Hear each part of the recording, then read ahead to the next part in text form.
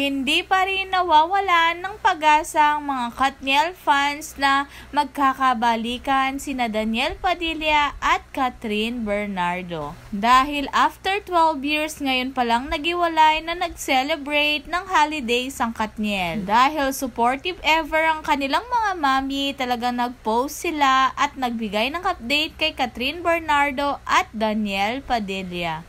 At dati ay nag-bag raid si Catherine at ibinahagi niya na si Daniel Padilla ang nagbigay ng bag sa kanya. At coincidence, kahit nasa ibang bansa si Catherine at si Daniel naman dito nag-celebrate sa Philippines, ay makikita na matchy-matchy ang kanilang suot na sapatos. Kaya sabi nga ng mga netizen, universe na ang nagtatagpo sa dalawa. Dahil lahat ng post ngayon ni Catherine ay kitang-kita na laging nakalike si Daniel. Parang binabantayan niya ang mga post ni Kat dahil miss na niya at hindi niya nakasama ngayong Pasko at New Year.